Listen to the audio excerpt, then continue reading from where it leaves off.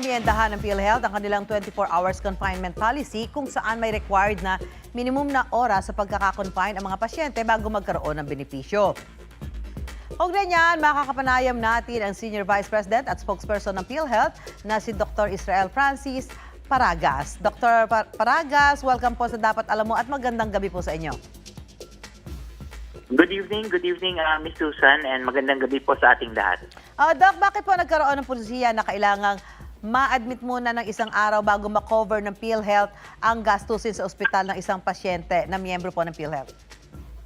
Well, yan po ay nasa sulat sa batas, RA 10606, noon pa po, at yun po ay sinunod na rin natin. Ito naman ay sa kadahilanan na rin to make sure na ang isa pong pasyente ay talagang merong talagang kailangang pagamutan or gagamutin para po masigurado na meron ding dekalidad na serbisyo ang ibibigay sa ating mga pasyente. Bakit may mga nangyari ho ba in the past na parang nagsinungaling lang ang miyembro para makapag-claim sa PhilHealth? May ganun ba tayo mga naranas? Yes po, marami pong mga pagkakataon na gano'n na kung saan ay talagang pumupunta lamang ang ating mga pasyente para po kahit po talagang hindi naman kailangang ma-admit ang ating mga pasyente. Kung kaya't nagbigay na rin po tayo ng 24-hour confinement other than pagsunod sa batas ay para po magkaroon din tayo ng cost containment measures. Opo. Kung babaguhin po ang polisiya, lahat ho ba ng klase ng sakit basta na-admit sa ospital ay pwede magamit ang benepisyo mula sa PhilHealth? Kasama ho ba dito yung mga emergency cases? Actually, Ms. Susan, ang talaga pong ginagawa natin ngayon at pinag-aaralan ay ang pagkakaroon or paggawa ng benepisyo para po dun sa mga emergency cases. Meron kasi tayong primary care at meron nga tayong benepisyo for confinement.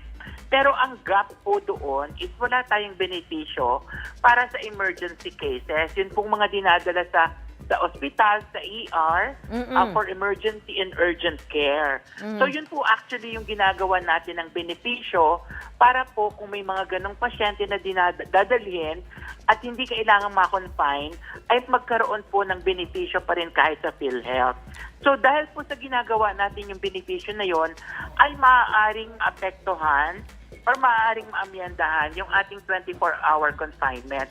Pero ang talagang major benefit po na ginagawa natin is yun pong benefit for emergency and urgent care.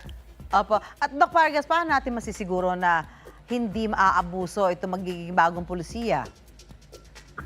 Siyempre po, magkakaroon po tayo ng enough control measures, magkakaroon po tayo ng mga tinatawag na audit on those, and we will make sure na ang susundin po natin na guidelines ay yung pong according to the emergency standards or standards of care for emergency care.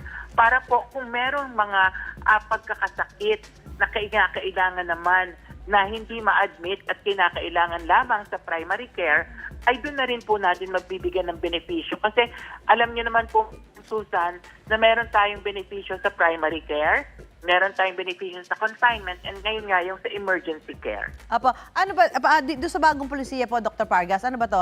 Ito ba'y magagamit sa lahat ng public hospital at maging doon sa mga pribadong ospital kung saan accredited po ang PhilHealth?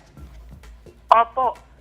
Ma'am Susan, i-clarify ko lang ha, wala pa po yung benepisyo na yan, ginagawa pa lang po natin.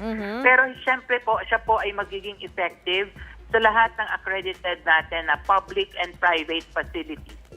How soon natin inasahan maipapatupad to, Dr. Paragas? Yun hong gaya ho din ng mga benepisyo, gaya ho ng eyeglasses benefits, yung mga ganyan, ibang mga benepisyo pa ho na makukuha sa PhilHealth. Kailan ho natin maipapatupad ito? Inaasahan po natin na bago matapos ang taon or by December ay mailabas na po natin ang polisiya para maging epektibo na po ito by end of the year or pwede po na at the start of the year ay maging effective na po at being implemented na. Ayun, nako, marami mag-aabag dyan. Anyway, maraming salamat po sa inyong oras, PhilHealth Senior Vice President at Spokesperson Dr. Israel Francis Paragas. Magandang gabi po sa inyo. Happy weekend po.